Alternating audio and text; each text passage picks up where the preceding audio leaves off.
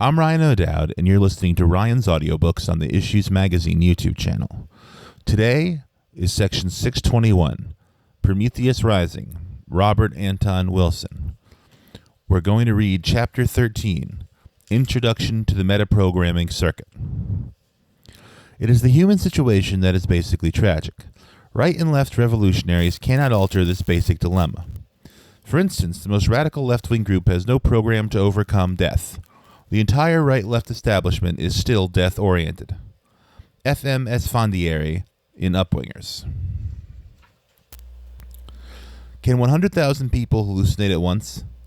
How else do you explain history? I once saw a cartoon, I forgot where, that seems to me to summarize the central fact of neurological relativism. A cat approaches a dog and says, meow. The dog looks confused. The cat repeats, meow. The dog still looks confused. The cat repeats more emphatically, meow. Finally, the dog ventures, bow wow. The cat stalks away indignantly, thinking, dumb dog. Of course, human communication and our great philosophical debates cannot be on this primitive level. Of course.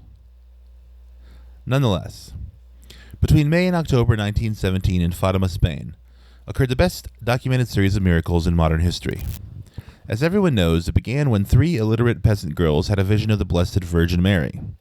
Please note at once that it is easy and tempting for the rationalist and the non-Catholic generally to treat this first incident as merely hallucination. Note how hard it is next to make that explanation stick, as the subsequent details are narrated. At the second visitation of the Virgin in June, there were 50 witnesses. All agreed that they heard an explosion and saw a puff of smoke.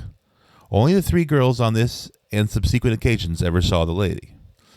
Shall we assume now that, in addition to hallucinating girls, we must add a practical joker with a smoke bomb to make sense of what was going on?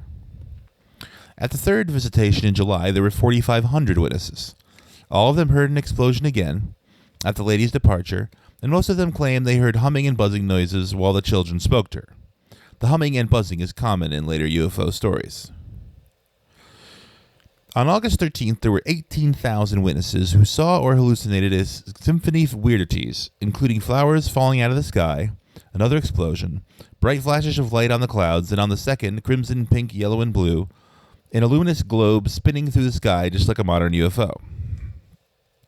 On September 13th, there were 30,000 witnesses. All saw the luminous UFO again, and there was another downpour. Not flowers this time, but glistening globules of light that got smaller as they descended and melted near ground level. Dr. Carl Sagan would have solemnly told you, with his bare face hanging out, that all 30,000 witnesses were hallucinating simultaneously. October 13th, the last miracle was witnessed by 70,000 at the scene, and 30,000 others for hundreds of miles around claimed to see some of the phenomena. Some said that the sun plunged directly toward the earth, but others that a globe, big and bright as the sun, had appeared and did the plunging. This was accompanied by flashes of red, violet, blue, and yellow, together with a heavenly perfume permeating the air. It is claimed that thousands of people were converted to Catholicism by these events. Please note that if it had all happened 50 years later in 1967, many of these people would have been converted to the newer mystique of the Space Brothers. Nietzsche once said, "We are all greater artists than we realize." It is a function of the above record, and this book as a whole, to make that obscure joke totally clear to every reader. But all 100,000 witnesses who saw some of the phenomena associated with the last Fatima miracle must have been hallucinating, of course. This is the most comfortable and conservative way of dealing with such events, and one does not have to be as narrow as Dr. Sagan to prefer such a simple explanation. Still, if 100,000 people can hallucinate simultaneously, and if, as history assures us, many millions can share a religious or political delusion simultaneously, only a man as rigidly dogmatic as Sagan can avoid asking the most disturbing questions about the origin of his beliefs and perceptions. Cromwell once addressed the Irish rebels, saying, "I beseech you in the bowels of Christ, think it possible that you might be wrong." History does not record that Cromwell ever addressed the same remark to himself. Each of us is trapped in the reality tunnel, assumption and consumption, his or her brain has manufactured. We do not see it or sense it, as a model our brain has created. We automatically, unconsciously, mechanically see and sense it out there apart from us, and we consider it objective. When we meet somebody whose separate reality tunnel is obviously far different from ours, we're a bit frightened and always disoriented. We tend to think they are mad, or they are crooks trying to con us in some way, or that they are hoaxsters playing a joke. Yet it is neurologically obvious that no two brains have the same genetically programmed hardwiring, the same imprints, the same conditioning, the same learning experiences. We are all living in separate realities. That is why communication fails so often and misunderstandings and resentments are so common. I say meow and you say bow wow, and each of us is convinced the other's a bit dumb. According to reliable statistics, over 100 million citizens of the U.S. believe in UFOs, and at least 15 million have seen a UFO. The system of ideas, rumors, myths, hopes, etc., clustered around the UFO phenomenon may be the most powerful sociological force for change currently acting upon our society.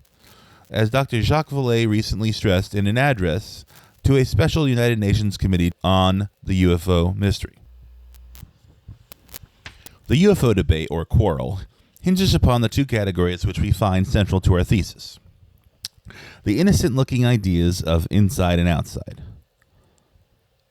Broadly speaking, the UFO skeptics are those who claim the UFO is inside the UFO observer, hallucination, misidentification, etc., while the UFO believers claim the UFO is outside, objectivity.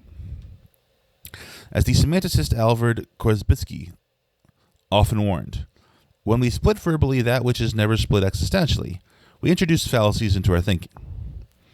Korzybski's favorite example was the matter of space and time. For an experience, we never encounter space without time or time without space, i.e., a year measures the space the Earth moves around the Sun, and the space the Earth travels in one orbit gives us the time we call a year. The verbal separation of space and time became such a problem in late 19th century physics that paradoxes and contradictions multiplied endlessly, and this was only resolved when the genius of Einstein went back before the verbal categories, realized we had created them, and started physics over from the ground up on the simple existential fact that we never encounter space or time separately, but only the undifferentiated space-time continuum. Applying this Einsteinian operational orientation to the UFO problem, we observe that we never hear of a UFO without a human observer. In fact, even the UFOs seen on radar become UFOs, unidentified rather than identified flying objects, through processes of evaluation in the nervous system of the radar operator. It's therefore the Einsteinian and operational approach to accept the seamless unity of UFO observer and cease to separate them into UFO and observer. The types of critters who appear in human UFO experiences include the following: black men, blue men, green men, black-faced men with green bodies, fish-scaled men, hairy dwarfs, huge-headed bald dwarfs, armless humanoids, dwarfs with 3 fingers, dwarfs with 8 fingers, claw-handed men, one-eyed men, elephant-eared men, long-haired sexless women, man-apes, man-birds, robots, beer can-shaped entities walking on fins, headless things, dwarfs in Nazi uniforms, sinister greys who engage in sexual and genetic tamperings with humans. This is only a partial zoology of the UFO experience. The craft favored by this odd crew includes big blobs of light, little blobs of light, clusters of lights, hard metallic ships, flat-bottomed discs, conic discs, coin-like discs, domed discs, ovals, spheres, spheroids, cigar-shaped craft, cubes, tetrahedrons, crescents, eggs, teardrop shapes, boomerangs. This is also a partial list. We're being invaded by beings from dozens of galaxies, said Otto Binder, a believer in the extraterrestrial theory of UFOs, when this list was shown to him. One consistency does appear in this confusing picture. Those who have had close encounters show marked personality change afterwards. At one extreme, we find paranoid and schizophrenic breakdowns, or acute anxieties requiring hospitalization. At the other, illuminations similar to those of Buddha, Muhammad, Jesus, and St. Paul. In the middle, we find a great deal of messianic fanaticism typical of vulgar religiosity everywhere. Other statistical clusterings can be found in the literature. Blinding lights are very common. Do we recall St. Paul and the thousands of Fatima?